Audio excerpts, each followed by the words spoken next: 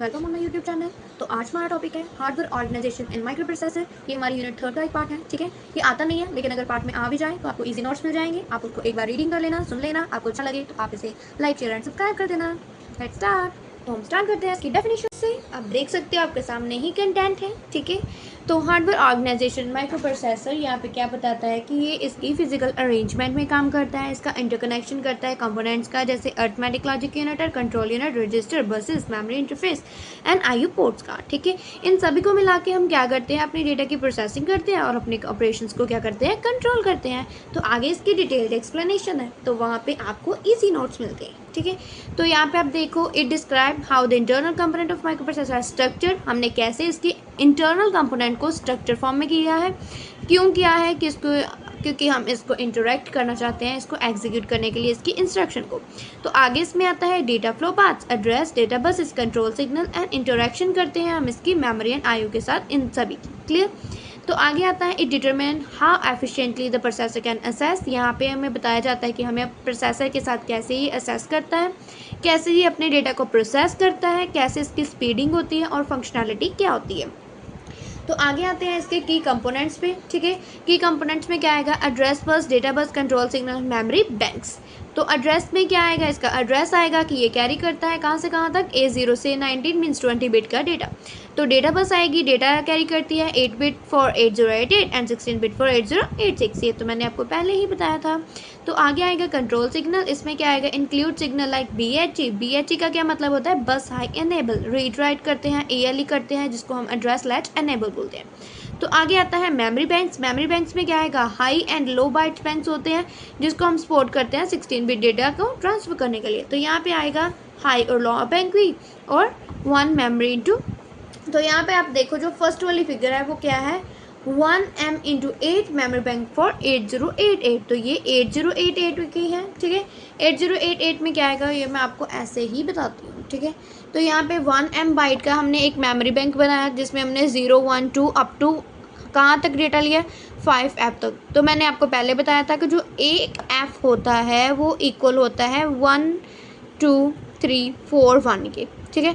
तो आप सोचो यहाँ पे 5F है, तो 5F अगर 4 1 के इक्वल है तो तुम्हारे कितने आएंगे, 20। तो इसका 20 एड्रेस है, ठीक है। डेटा कितना ले रहा है, 20 बिट का डेटा ले रहा है, तो 1M बाइट है, ठीक है। तो हम यहाँ से इतने ही ये ले रहे हैं, ठीक है। 0 से लेके इतनी, मतलब कि 21 तक डेटा ले रहे हैं, ठीक है।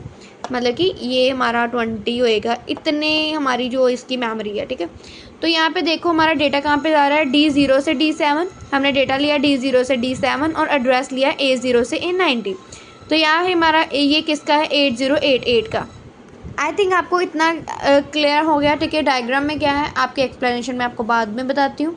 तो यहाँ पे है हाई एंड लो बैंक्स, ठीक है। तो आप देख सकते हो, एक हमारा यहाँ पे इवन वाला है, एक हमारा यहाँ पे ओड वाला है। तो ये इन्होंने कैसे बनाया वो मैं आपको बता रही हूँ, ठीक है। आप अच्छे से देखिए। पहले इन्होंने ये वाला पहले बनाया, ठीक है, ये वाला। तो यहाँ से 0 से शुरू है, 0 1 2 3 4 5। क्लियर।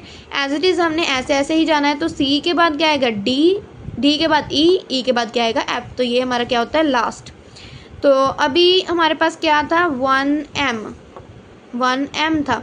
तो 1M को हम किस में डिवाइड करते हैं, आपके पास अगर MB हो, ठीक है, तो आप इसको किस में डिवाइड करते हो, KB में। तो वो KB कितनी होती है, 1024। 1MB equal to 1024 KB। अभी हमने ये KB को 2 पार्ट्स में डिवाइड कर देना है। KB हमारी 1MB ही है, तो अगर हमने 2 पार्ट्स में डिवाइड की तो 512 KB, 512 KB। तो अभी आप देखो यहाँ पे एक हमारा है 512 KB, तो एक भी हमारा कितना है, 512। अगर हम दोनों को मिला के हमारा कितना हो जाएगा, 1024, जो हमारा क्या होता है, 1M। क्लियर। इन दोनों को मिला के तो ये हमारे पास 2 हैं, 0 1 2 3 4 5 C D E F, ठीक है। तो ये कंटिन्यू हमारे इसमें और भी आएंगी ऐसी वैल्यूज़। क्लियर। तो ये हमारा लास्ट यहाँ पे आएगा। तो अभी देखो हमने A नोट लिया, एड्रेस दिया यहाँ पे, ठीक है।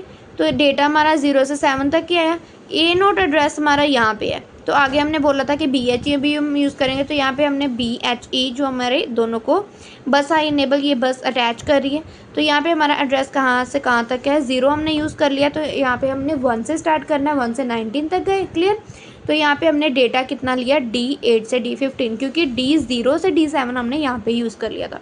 तो ऐसे आपकी फिगर बनेगी जिसमें हमने high and low memory banks बनाए हैं 8086 के। तो आगे फर्दर इसकी थ्योरी देखते हैं। तो एक बार इसकी फिगर को अच्छी तरीके से देख लो, ठीक है, कैप्चर कर लो। तो यहाँ पे है इसकी थ्योरी। 8088 में हम कितनी बाइट्स यूज़ करते हैं, 8 बिट। तो वहाँ पे आप देख लो अभी जो आपने कैप्चर की है पिक्चर, उसमें हमने डेटा लाइन्स कितनी यूज़ की है, D0 से D7 तक।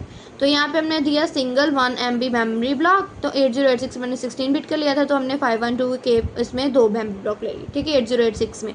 तो 8088 में एक ही लिया था, सिंगल था, ठीक है। तो आगे इसकी वर्किंग देखते हैं। इसमें क्या आएगा, जो एड्रेस लाइन्स ली हैं हमने 8088 में A0 से A19 तक ली हैं, 1 MB मेमोरी ली है। हमने 8 बिट की ही डेटा बस का यूज़ किया, जिसके हमने D0 से D7 लिया। बाइट्स को हमने असेस किया एक टाइम पे उसकी मेमोरी एड्रेस के अकॉर्डिंगली। तो आगे हमारा आता है 8086, जिसमें हमने 16 बिट की डेटा बस ली, D0 से D15, जिसमें हमने 2 बाइट्स को असेस किया, ठीक है, एक वर्ड हमारा बन जाएगा।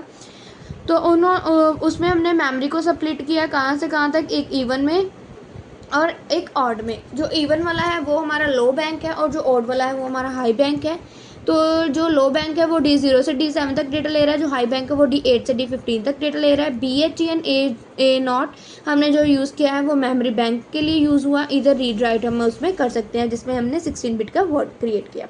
बताइए, ठीक है, अगर आपने वो करनी है, ठीक है, अगर आपने ये भी करनी है आप इसमें से भी देख सकते हो। ये मतलब कि 8088 और 8086 की थोड़ी मतलब लेंथ वाइज है, ठीक है। तो इसमें इन्होंने मेमोरी ऑर्गेनाइजेशन में 1 MB एड्रेस स्पेस लेते हैं, 8 बिट का डेटा बस यूज़ किया है, ठीक है। D0 से D7 मेमोरी ऑर्गेनाइज करते हैं हम 1 MB के अकॉर्डिंगली।